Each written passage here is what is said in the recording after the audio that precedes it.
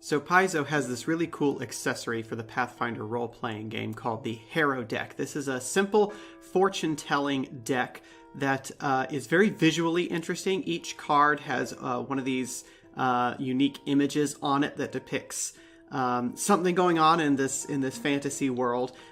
Each of the cards also has an ability associated with it: strength, dexterity, constitution, etc. And those are signaled by the symbols that appear in the little shield. So like a crown is charisma, a key is dexterity, a shield is constitution. And then each card also has an alignment indicated by the location of the little icon inside the card. So for example, the Forge here is a lawful neutral card because its shield is in the left column and along the center row, whereas the Keep is a neutral good card because it has its icon is in the upper row but in the middle column. But these are both strength cards because they both have the hammer on them. And then each card has a unique meaning. So like, for example, the Forge refers to strength coming from a great deal of trial. The Keep refers to protection and knowing when to yield. There's all these cool little meanings that they have. And basically you use this as a storytelling device in a Pathfinder campaign. When you conduct a Harrow reading, what you do is you arrange the cards in a 3x3 grid. The cards on the left refer to the past. The cards in the middle refer to the present. The cards in the right column refer to the future. And then cards along the top refer to something good happening. Cards along the bottom refer to something bad happening. And cards along the middle refer to something that could go either way. Now, you also have to look at where the cards are placed based on their alignment. So, for example, with the Forge here, it is an exact match for its alignment because it's a lawful neutral card and it's in the lawful neutral spot. So its shield matches the spot where it is in the spread. So this would be a card you had to pay close attention to. Compared with the Twin here is a neutral card, but it's in the lawful good spot. So it doesn't match and it doesn't have an opposite match. So this, you can interpret it if you want, but it's not supposed to mean anything. The card here, however, you're supposed to pay attention to. Like, this is the one here you're definitely supposed to interpret. Meanwhile, you can also look for misaligned cards. So for example, the Keep is a good card. It's a neutral good card located in the evil row. So that makes it a misaligned card, so you're supposed to interpret it in the opposite way they usually mean. So the Keep usually means protection, so this would mean a breach in protection. Or here you've got the Liar, which is a chaotic evil card. Well, it's in the chaotic good spot, so it's an evil card in the good row. So this could mean that you have a liar who's actually telling the truth this time. And of course, as a GM or as a player, you're using this as a storytelling device, right? You interpret the cards however fits the story that you want to tell, and you can use it to create backstories or give hints about what's going on, etc. And so I've been playing around with this in my home game, and I decided it might be fun to make a computer version of this that deals out the cards for you and tells you which cards to interpret, because it takes a little bit of practice to figure out which cards you're supposed to read or interpret or how you're supposed to interpret them. So I've set up a code here on GlowScript. Let's skip this part first. Let's go down to the heart of the matter, the cards. So here I've got all the information on all 54 cards in the Harrow deck. Every card has a name, which you saw displayed on the card. Every card has an alignment along lawful, neutral, or chaos. Every card has an alignment along good, neutral, or evil. So we've got all 9 possible alignment combinations here in the variables LNC and GNE. Every card has an ability associated with it: strength, dexterity, constitution, intelligence, wisdom, or charisma. And then each card also has a description here that's from the Harrow deck. So it took me a couple hours, but I got all of the information here for all 54 cards. I really just put a database into Excel and then had Excel concatenate them with the functions here, and I copied and pasted. So the next thing we need to take a look at is how we set up the steps of the Harrow reading. The first thing that you do when you're conducting a Harrow reading is you ask the players what they are looking for. That's up here. And basically, as a GM or as a Harrow reader, you take this and you interpret along one of the 6 abilities: strength, dexterity, constitution, intelligence, wisdom, or charisma. And so here, we're putting out a question for the user, what do you seek? And then you press a number 1 through 6 to tell which ability your quest is going to focus on. And then I wanted to give this kind of a neat look to it. So when you run this, you're going to see that question appear, but it's actually going to fade in. So you see it fades in there, and when you enter your answer, let's say 4 for intelligence, it's going to fade out, and then the next question fades in to kind of give it this little spooky feel. The way I set that up is I defined a new function called fade in and another function called fade out. Let me show you how those work.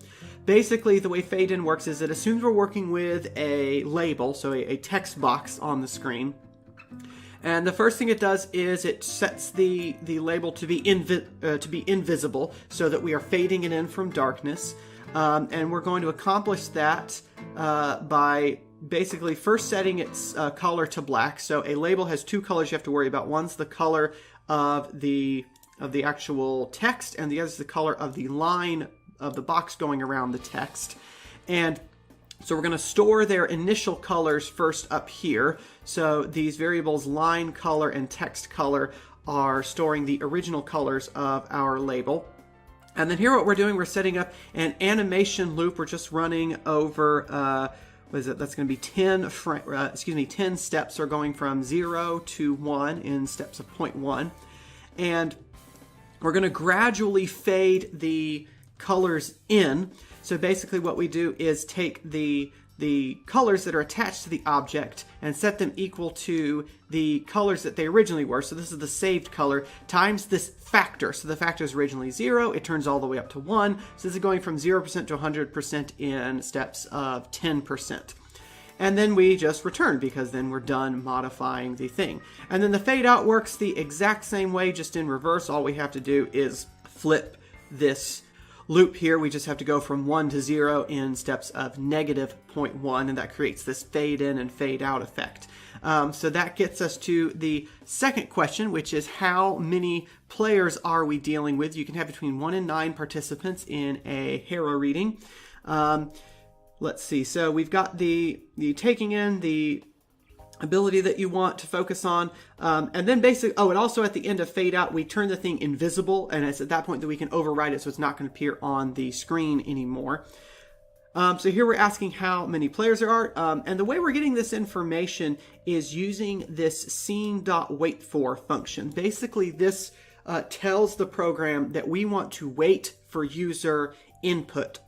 And so scene.waitFor is going to pause the program until the user either clicks a key on the mouse, button on the mouse, or presses a key on the keyboard. And particularly here, we're waiting for a key press. So it's not going to do anything based on the mouse. It's only going to move based on whether we have pressed a key. Now, of course, if the computer asks the player for 1 through 9 and I press the letter A, that's going to be meaningless. So that's why we have this loop set up, this while waiting loop.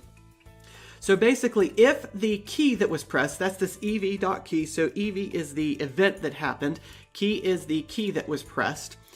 If that equals the numbers 1 through 9, and I have to put this in for each individual response because it's inputting this as a string, then we can save that number under this variable enrolls, and we can set waiting equal to false and move out of the loop. Now, of course, if I press something else, it's going to skip down here. It's not going to set waiting equal to false. Waiting's still going to be equal to true.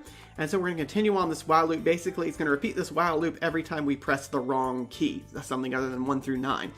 And then we fade out that question. It's at this point that we need to assign the roll card. So this is where we get to define the cards. The roll cards are cards that are assigned to the players. And so these are cards that the players have to watch out for in the spread. If it shows up in the spread, then that indicates that that player's character is tied into that card. So let's take a look at how that works here. So basically, we're going to loop over the number of possible rolls. So we're going from 0 to n rolls. And basically, we are going to select cards from our list of cards. So you notice that for these cards, we're appending them to this list cards, plural. And basically what we're doing here is we're selecting a random number between 0 and 54. So we're selecting one of the cards.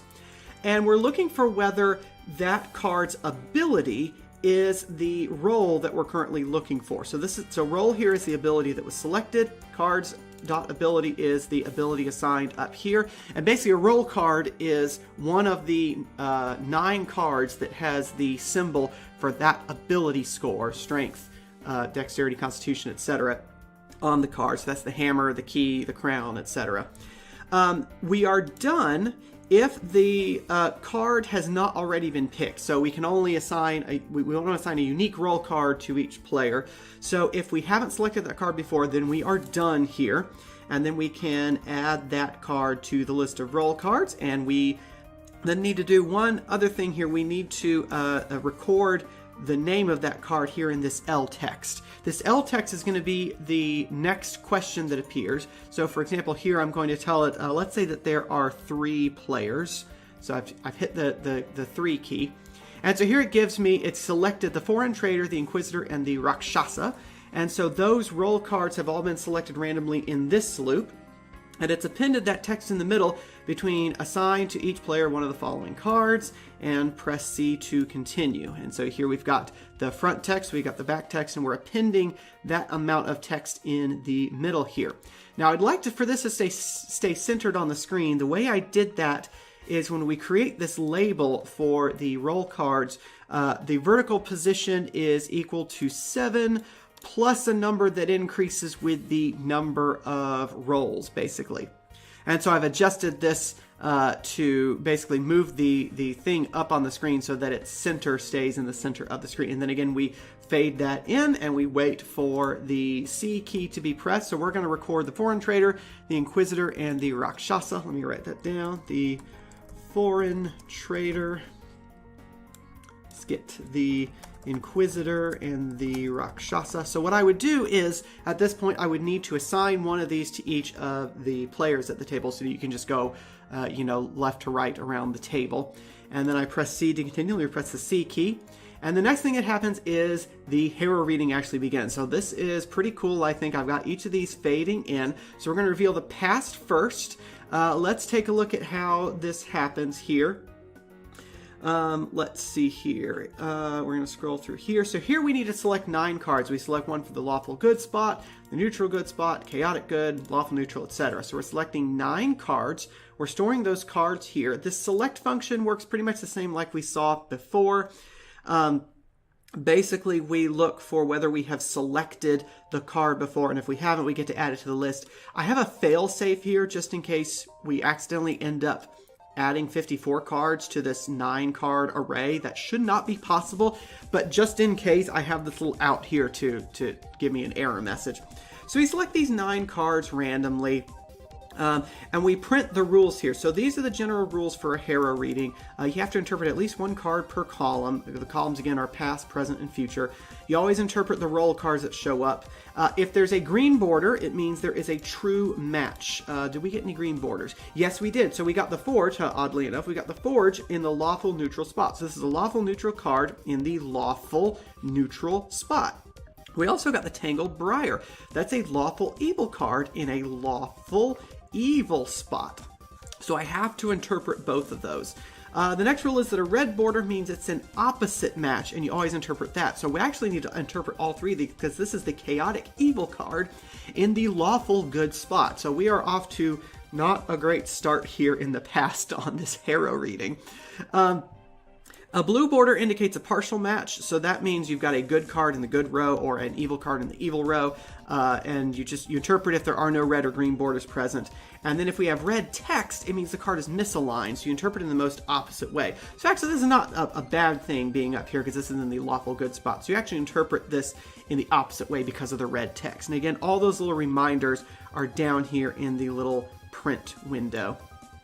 And so now it's waiting for you to press C to continue. So at this point in the Harrow reading, I would need to interpret the past. I would need to interpret these 3 cards. And basically with 3 cards that I'm supposed to interpret, I can kind of make the say whatever I want it to match the story that I'm telling. But let's take a look at how those selections occur. Here we've got our label at the top that says past. And then we're going to create the lawful good card here in the left upper corner, and basically we set up another label. We give it the text of the name of the lawful good card. We then add the lawful good cards alignment and the lawful good cards ability. And we're going to start out with it invisible so that we can fade it in. We also need to set its color. So here we're going to start looking for all of the different color combinations that we need to check for. So for example, if the card in the lawful good spot has an evil alignment, then it is misaligned. That means we need to change its text color to red, because red text means that the card is misaligned. That's a convention for this program that doesn't actually show up when you do the Harrow cards. Remember, when you're doing this with the actual cards, this is all you see, and you have to do all this interpretation yourself. So this chunk of code here is doing the interpretation for you.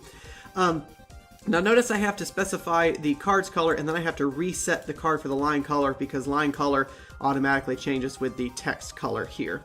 Then we start to look for whether there's a role card. So for example, if this thing is in the list of role cards, then we're going to add to the card's text a note that this is a role card so that we can note to interpret it. That stands independent of how it's aligned, so I didn't want to change any of the color on that.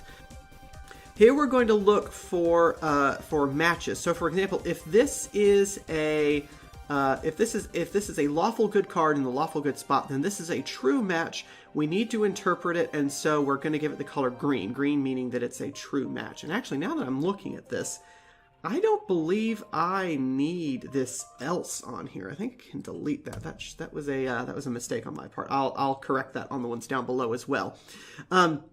So there we give the line color green. Otherwise, if it's an opposite match, if we've got a chaotic evil card in the lawful good spot, just like we have over here, we want to give it a red border. So that's where we're going to change the line color to red. Otherwise, we can check for a partial match. So if the lawful good spot has either a lawful or a good card, we're going to change the border color to blue to indicate it's a partial match. So that's something we can look at. And then we just fade in the card. And then we do the same thing for the lawful neutral card. We check for all those other cases. Again, I'm going to delete this else here.